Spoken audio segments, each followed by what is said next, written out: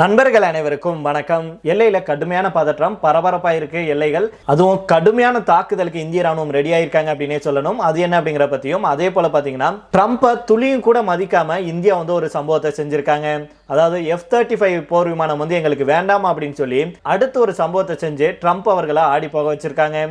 அது என்ன அப்படிங்கறத நம்ம இந்த வீடியோல தெரிஞ்சுக்கலாம். அதே போல இன்னொரு விஷயத்திலையும் இந்தியா அமெரிக்காவை கலங்க விட்டுருக்காங்க. இப்ப இந்தியா மட்டுமில்ல, இந்தியா கூட பல நாடுகள் சேர்ந்து அமெரிக்காவை அலற விட்டுருக்காங்க. இந்த சம்பவங்கள் எல்லாத்தையும் நம்ம இந்த வீடியோல தெரிஞ்சுக்க போறோம். அதுக்கு முன்னாடி நம்முடைய சேனலை சப்ஸ்கிரைப் பண்ணலனா மறக்காம சப்ஸ்கிரைப் பண்ணிக்கோங்க. புதுசா நம்ம வீடியோ பார்த்துட்டு இருக்கீங்கன்னா கீழே இருக்கும் சப்ஸ்கிரைப் பட்டன் தட்டி அந்த பெல் ஐகானை கிளிக் பண்ணிக்கோங்க. ஜம்மு காஷ்மீர்ல இந்திய பாகிஸ்தான் எல்லை பகுதியில் மீண்டும் பதற்றம் உருவாகி இருக்கு நண்பர்களே. கடந்த 48 மணி நேரத்தில் இரண்டாவது முறையாக சர்வதேச எல்லை மற்றும் கட்டுப்பாட்டு கோடு இருக்கு இல்லையா, LOCIB, இந்த பகுதிகளில் சந்தேகத்திற்கிடமான ட்ரோன்கள் பறந்ததாக தகவல்கள் வெளியாயிருக்கு.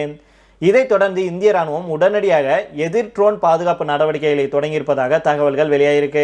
செவ்வாய்க்கிழமை இரவு நேரத்தில் ஜம்மு காஷ்மீருடைய முன்னணி எல்லை பகுதிகளில் ட்ரோன்கள் பறப்பதை நம்முடைய ராணுவம் கண்டறிந்ததாக சொல்லப்படும் நிலையில தான் பாதுகாப்பு அச்சுறுத்தல் ஏற்படாமல் தடுக்கும் வகையில் ராணுவம் கவுண்டர் அன்மேனட் ஏர்கிராஃப்ட் சிஸ்டம் அப்படின்னு சொல்லப்படுகிற சிறப்பு தொழில்நுட்ப முறைகளை பயன்படுத்தி அந்த ட்ரோன்களை கட்டுப்படுத்தும் நடவடிக்கைகளை எடுத்ததாக சொல்றாங்க. தற்போது இது குறித்த விரிவான தகவல் அதிகாரப்பூர்வமாக வெளியாகல. நம்முடைய இந்திய ராணுவ மேஜர் ஜெனரல் உபேந்திர திவேதி அவர்கள் பாகிஸ்தானுக்கு அதே வேளையில கடுமையான எச்சரிக்கை விடுத்திருந்தாரு. இந்த நிலையில தான் இந்த ட்ரோன் அத்துமீறல் நடந்திருக்கு அப்படிங்கிற குறிப்பிடத்தக்கது.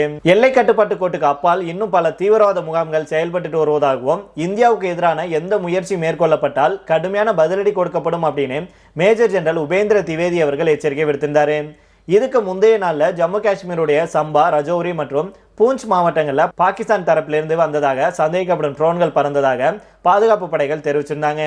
அந்த ட்ரோன்கள் இந்திய எல்லைக்குள்ள சில நிமிடங்கள் பறந்து அதுக்கப்புறமா மீண்டும் பாகிஸ்தானுடைய பகுதியை நோக்கி திரும்பியதாக அதிகாரிகள் தெரிவிச்சிருந்தாங்க. இந்த சம்பவத்தை தொடர்ந்து அந்தந்த பகுதிகளில் தரையிறங்கி தேடுதல் நடவடிக்கைகள் தீவிரமாக மேற்கொள்ளப்பட்டுச்சு.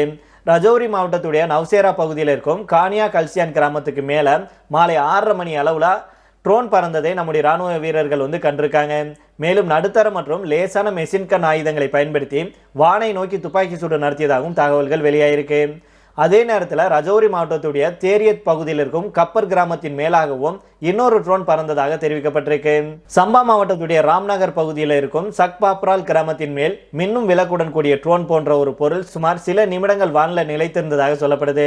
அதே போல பூஞ்ச் மாவட்டத்துடைய மேன்கோட் பகுதியில் இருக்கும் கட்டுப்பாட்டு கோட்டு அருகே டைன் பகுதியிலிருந்து டோபா நோக்கி பறந்த ஒரு ட்ரோனும் பாதுகாப்பு படையால் கவனிக்கப்பட்டிருக்கு. இந்த தொடர் சம்பவங்கள் காரணமாக எல்லை பகுதியில் பாதுகாப்புக்கு ஏற்பாடுகள் கடுமையாக்கப்பட்டிருக்கு. ராணுவம், காவல்துறை மற்றும் உளவுத்துறைகள் முழுமையான கண்காணிப்பில் ஈடுபடுத்தப்பட்டிருக்காங்க. இதற்கிடையில தான் ராணுவத்தின செய்தியாளர் சந்திப்பில் பேசிய ராணுவ தலைவர் ஜெனரல் உபேந்திர திவேதி அவர்கள் ஆபரேஷன் சிந்தூர் இன்னும் தொடருது அப்படின்னு தெரிவிச்சிருக்கிறாரு. பகல்காம் தீவிரவாத தாக்குதலுக்கு பதிலடியாக இந்த நடவடிக்கை தொடங்கப்பட்டதாகவும் பாகிஸ்தான் எந்த விதமான தவறான முயற்சிகளை மேற்கொண்டாலும் இந்திய ராணுவம் தயங்காமல் பதிலடி கொடுக்கும் அப்படின்னு அவர் சொல்லியிருக்கிறாரு. கட்டுப்பாட்டு கோட்டுக்கு அப்பால் குறைந்தது 6 தீவிரவாத முகாம்களும் சர்வதேச எல்லைக்கு அப்பால் 2 முகாம்களும் செயல்பட்டு வருவதாகவும் அவற்றை இலக்காக கொண்டு நடவடிக்கை எடுக்க தயார் நிலையில இந்திய ராணுவம் இருப்பதாகவும் அவர் தெரிவிச்சிருக்கிறாரு. இந்த நிலையில தான் அடங்காத பாகிஸ்தான் மீண்டும் எல்லையில வாலாட்டி இருக்கு. அதுவும் எல்லையில ட்ரோன்களை ஊடுருவ செஞ்சிருக்கு. இதனால தான் பரபரப்பா இருக்கு பார்டர். அதே வேளையில இந்த முறையும் பாகிஸ்தானுக்கு தகுந்த பதிலடி கொடுக்கறதுக்கு நம்முடைய ராணுவத்தினர் களமிறங்கியிருக்காங்க. அதே போல கண்டதும் சுட்டு வீழ்த்த நம்முடைய ராணுவத்திற்கு உத்தரவிடப்பட்டிருக்கு நண்பர்களே. அதனால இனி எதையும் யோசிக்காம போட்டு தள்ளுறதுக்கு இந்திய ராணுவம் ரெடி ஆயிருக்காங்க அப்படிங்கிறது தான் நம்முடைய கருத்தாக இருக்கு. இதை தொடர்ந்து அடங்காத ட்ரம்ப்புக்கு ஒரு மிகப்பெரிய ஒரு ஆப்பு வச்சிருக்காங்க. ட்ரம்ப்புடைய பேச்சை துளியும் மதிக்கல அப்படின்னே சொல்லலாம். அமெரிக்க அதிபர் டொனால்ட் ட்ரம்ப் நம் நாட்டுக்கு 5ஆம் தலைமுறையை சேர்ந்த F-35 ரக போர் விமானங்களை தருவதாக சொன்னாரு. ஆனாலும் நம்முடைய நாடு அதுக்கு ஓகே சொல்லல. இதனால ட்ரம்ப் அவர்கள் கோபமாகி நம்முடைய நாட்டை தொடர்ந்து சீண்டிட்டு வருது. இதற்கிடையில தான் நம்முடைய நாடு பிரான்ஸ் நாட்டிடமிருந்து 114 ரஃபேல் போர் விமானங்களை வாங்கும் முடிவுல உறுதியா இருக்கு அப்படிங்கிற தகவல் வெளியாயிருக்கு. இதை பத்தி தான் நம்ம முழுசா தெரிஞ்சுக்க போறோம். ஒவ்வொரு நாட்டுடைய பாதுகாப்புக்கும் விமானப்படை மிகவும் முக்கியம். தரைப்படை, கடற்படையால நீண்ட தூரம் சென்று உடனடியாக தாக்க முடியாது. ஆனா அனைத்து இடங்களையும் மின்னல் வேகத்துல சென்று தாக்கணும் அப்படின்னா அது விமானப்படையால மட்டும்தான் முடியும். இதனாலதான் ஒவ்வொரு நாடும் தங்களுடைய விமானப்படைகளை பலப்படுத்திட்டு வர்றாங்க. அந்த வகையில தான் நம்முடைய நாடு விமானப்படையை பலப்படுத்தும் பணியில ஈடுபட்டு வர்றாங்க. இப்பேற்பட்ட சூழ்நிலையில தான் பிரான்ஸ் நாட்டிடம் இருந்து 114 ரஃபேல் போர் விமானங்களை வாங்க நம்முடைய நாடு அதிக ஆர்வமாக இருக்காங்க. இந்த ரஃபேல் போர் விமானம் பாத்தீங்கன்னா 5ஆம் தலைமுறை கிடையாது, 4.5 தலைமுறையை சேர்ந்தது. ரஃபேல் போர் விமானங்களை பிரான்ஸ் நாட்டுடைய டசால்ட் ஏவியேஷன் நிறுவனம் தயாரிச்சுட்டு வர்றாங்க. இந்த நிறுவனத்துடன் சேர்ந்து உள்நாட்டு உற்பத்தியாக நம்முடைய நாடு ரஃபேல் போர் விமானங்களை தயாரிக்க ஆர்வம் காட்டிட்டு வர்றாங்க. சமீபத்தில் இந்தியாவில் ரஃபேல் போர் விமானங்கள் தயாரிப்பது தொடர்பான திட்டம் விமானப்படை சார்பில் பாதுகாப்பு அமைச்சகத்திடம் ஒப்படைக்கப்பட்டிருக்கு. அது தற்போது பரிசீலனை செய்யப்பட்டு வருவதாகவும் சொல்லியிருக்காங்க.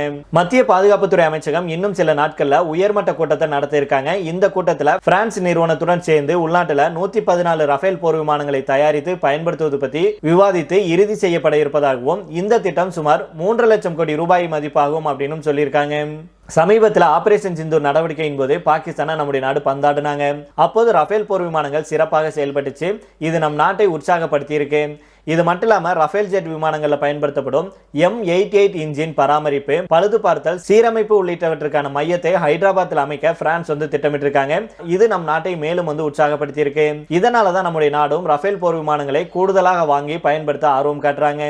இந்த திட்டம் மட்டும் சாத்தியமாச்சு அப்படின்னா இந்திய வரலாற்றிலேயே மிகப்பெரிய பாதுகாப்புத்துறை சார்ந்த மிக முக்கிய நடவடிக்கையாக இது இருக்கும் அப்படிங்கிறதுல எந்த மாற்று கருத்துமே இருக்க முடியாது. இது மட்டும் இல்லாம ஏற்கனவே நம் நாட்டுடைய விமானப்படையிடம் 36 ரஃபேல் போர் விமானங்கள் இருக்கு. கடந்த ஆண்டு நம்முடைய கடற்படைக்கு 26 ரஃபேல் போர் விமானங்கள் ஆர்டர் செய்யப்பட்டுச்சு. இப்போது மேலும் 114 ரஃபேல் விமான ஒப்பந்தம் செஞ்சோம்னா நம் பாதுகாப்பு படைகள்ல ரஃபேல் விமானங்களுடைய எண்ணிக்கை 176 உயரும் அப்படிங்கிறது தான் உண்மை. மேலும் உள்நாட்டில் ரஃபேல் போர் விமானங்களை தயாரிக்கும் பட்சத்தில் டாடா நிறுவனமும் டசோ நிறுவனமும் இந்த திட்டத்தில் பங்கேற்க வாய்ப்பு இருக்கு. இதனால விமான தொழில்நுட்பங்களை கற்பதோடு நம் நாட்டில் இருக்கிறவங்களுக்கு வேலை வாய்ப்பு கிடைக்கும். அதே வேளையில பொதுவாக உள்நாட்டு உற்பத்தி அப்படின்னா குறிப்பிட்ட தயாரிப்புல 60% வரைக்கும் நம் நாட்டின் பொருட்கள் இருக்கும். ஆனா இந்த ரஃபேல் திட்டத்துல மட்டும் 30% வரைக்கும் மட்டும்தான் நம் நாட்டின் உதிரி பாகங்கள் பயன்படுத்தப்படும் அப்படிங்கிறது குறிப்பிடத்தக்கது. இந்த ரஃபேல் போர் விமானங்கள் நவீன தொழில்நுட்பம் கொண்டது, 4வது தலைமுறையை சேர்ந்தது. தற்போது அமெரிக்கா, சீனா, ரஷ்யா 5ஆம் தலைமுறை விமானங்களை பயன்படுத்திட்டு வர்றாங்க. ஆனா நம்முடைய நாடு 4ஆம் தலைமுறை விமானத்தை தான் பயன்படுத்திட்டு வர்றாங்க. நம்முடைய நாட்டுக்கு அமெரிக்கா தன்னுடைய F-35 அப்படிங்கிற 5ஆம் தலை போர் விமானத்தை தர முன் வந்தாங்க. அதே போல ரஷ்யாவும் தன்னுடைய சுகாய் 57 ரக 5ஆம் தலைமுறை விமானத்தை நமக்கு தர முன் வந்துச்சு. ஆனா அதனுடைய விலை அதிகம். அது மட்டும் இல்லாம அமெரிக்கா விமானத்தை தருவதாக சொன்னாலும் எப்போது வேண்டுமானாலும் காலை வாரும், தொடர்ந்து தாமதத்தை ஏற்படுத்தும். அது மட்டும் இல்லாம ட்ரம்ப் அவர்கள் நம் நாட்டை தொடர்ந்து சீண்டிட்டு வர்றாரு. இதனால ட்ரம்பை நம்புவதற்கு நம்முடைய நாடு தயாராக இல்லை. அதே போல ரஷ்யா நம் நாட்டுக்கு நெருங்கிய நட்பு நாடுதான். ரஷ்யாவிடமிருந்து நம்முடைய நாடு ஏராளமான தளவாடங்களை வாங்கி பயன்படுத்திட்டு வர்றாங்க. விமானப்படை விமானங்களில் பெரும்பாலானவை ரஷ்யாவுடைய தயாரிப்பாக இருக்கு. இதனால ரஷ்யாவுக்கும் நம்முடைய நாட்டுக்கும் இடையே நெருக்கமான பந்தம் இருக்கு அப்படின்னே சொல்லலாம். இருந்தாலும் தற்போது யுக்ரைன் மீது போர் புரிஞ்சிட்டு வர்றாங்க. அமெரிக்கா ரஷ்யா மீது தடைகளை விதிச்சிட்டு வருது. இப்பேற்பட்ட சூழல்ல ரஷ்யா கிட்ட இருந்து சுகாய் 57 ரக போர் விமானங்களை வாங்க ஒப்பந்தம் செஞ்சாலும் அது உரிய நேரத்தில் கிடைக்கிறது அப்படிங்கிறது சந்தேகம்தான். இதனால தான் நம்முடைய நாடு சுகாய் 57 போன்ற 5ஆம் தலைமுறை போர் விமானங்களை அமெரிக்காவும் ரஷ்யாவும் இந்திய விமானப்படைக்கு வழங்க முன்வந்த போதும் இந்தியா பிரான்ஸ் நாட்டுடைய 4ஆம் தலைமுறையை சேர்ந்த ரஃபேல் போர் விமானங்களை வாங்க முடிவு செய்துள்ளதாக தகவல்கள் வெளியாயிருக்கு. இதைத் தொடர்ந்து அமெரிக்காவை கலங்கடிக்கும் பிரிக்ஸ் அமைப்பின் 2026ஆம் ஆண்டுக்கான உச்சி மாநாட்டுக்கு நம்முடைய நாடு தலைமையேற்றிருக்காங்க. இதனையடுத்து தான் நம் நாட்டின் சார்பில் பிரிக்ஸ் உச்சி மாநாட்டுக்கான லோகோ மற்றும் கருப்பொருள் இன்னைக்கு அதிகாரப்பூர்வமாக வெளியிடப்பட்டிருக்கு. பிரிக்ஸ் அமைப்புல மொத்தம் 10 நாடுகள் இருக்கு. இந்த கூட்டமைப்புக்கு ஒவ்வொரு வருஷமும் ஒவ்வொரு நாடுகள் தலைமையில உச்சி மாநாடு நடக்கும். அந்த வகையில தான் 2026ஆம் ஆண்டுக்கான தலைமை பொறுப்பை இந்தியா ஏற்றிருக்காங்க. இன்னைக்கு அதிகாரப்பூர்வமாக பிரிக்ஸ் தலைவராக நம்முடைய நாடு உருவாகியிருக்கு. மேலும் இந்த ஆண்டு நம் நாட்டில் தான் பிரிக்ஸ் கூட்டமைப்பின் உச்சி மாநாடு நடைபெற இருக்கு. இதுக்காக சிறப்பு லோகோ, தீம், தனி இணையதளம் உள்ளிட்டவை உருவாக்கப்பட்டிருக்கு.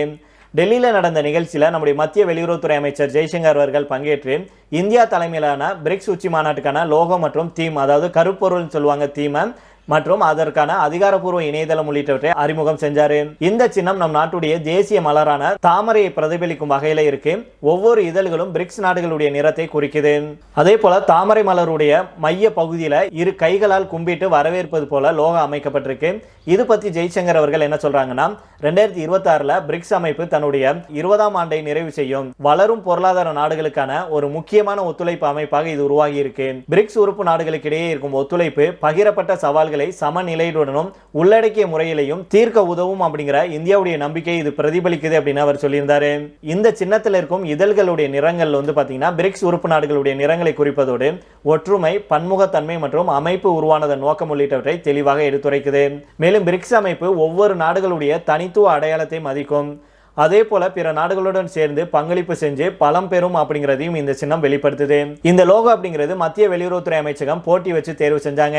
அதுல சுதீப் சுபாஷ் காந்தி இந்த லோகோவை உருவாக்கி இருக்கிறாரு. அது மட்டும் இல்லாம இந்த முறை தீம் அப்படிங்கிறது மனித நேயத்துக்கே முன்னுரிமை மற்றும் மக்களை மையப்படுத்திய அணுகுமுறை அப்படிங்கிறத கரும்பொருளாக கொண்டு வரப்பட்டிருக்கு. தற்போது உலக நாடுகளிடையே மோதல் அதிகரிச்சிருக்கு. மக்கள் கொத்து கொத்தாக கொல்லப்படுறாங்க. இதனால மனித நேயத்தை முன்னிறுத்தியும் மக்களை அரவணைக்கும் அணுகுமுறை அவசியம் அப்படிங்கிறத அடிப்படையாக வச்சு இந்த தீம் உருவாக்கப்பட்டிருக்கு. இந்த நிலையில தான் நமக்கும் அமெரிக்காவுக்கும் இடையே தற்போது பிரச்சனை ஏற்பட்டிருக்கு. மேலும் இந்த கூட்டமைப்பில் இருக்கும் பல நாடுகளும் ட்ரம்ப் அவர்களுடைய வரி விதிப்பால பாதிக்கப்பட்டிருக்காங்க. இதனால் அமெரிக்காவுடைய டாலருடைய மதிப்பை குறைக்கும் வகையில் பிரிக்ஸ் நாணயம் உள்பட பல்வேறு விவகாரங்களை பிரிக்ஸ் கூட்டமைப்பு பரிசீலனையில் வச்சிருக்காங்க. இது ட்ரம்ப்புடைய தூக்கத்தை கலைச்சிருக்கு. இப்பேற்பட்ட சூழலில் தான் பிரிக்ஸ் கூட்டமைப்புடைய தலைமை பொறுப்பை நம்முடைய நாடு ஏற்றிருக்கு. இந்த கூட்டமைப்பின் உச்சி மாநாட்டுக்கான தேதி இன்னும் வெளியாகல. இது பற்றி விரைவில் அதிகாரப்பூர்வ அறிவிப்பு வெளியாகும். அப்போ நாம உங்களுக்கு அப்டேட் பண்றோம் நண்பர்களே. இப்போ இதோட நம்ம இந்த வீடியோ முடித்துக் கொள்ளலாம். இதை பற்றி உங்களுடைய கருத்துக்களை கீழே உள்ள கமெண்ட் பாக்ஸில் சொல்லுங்க. மீண்டும் நாளை வேறொரு செய்திகளுடன் உங்களை சந்திக்கிறேன். நன்றி, வணக்கம்.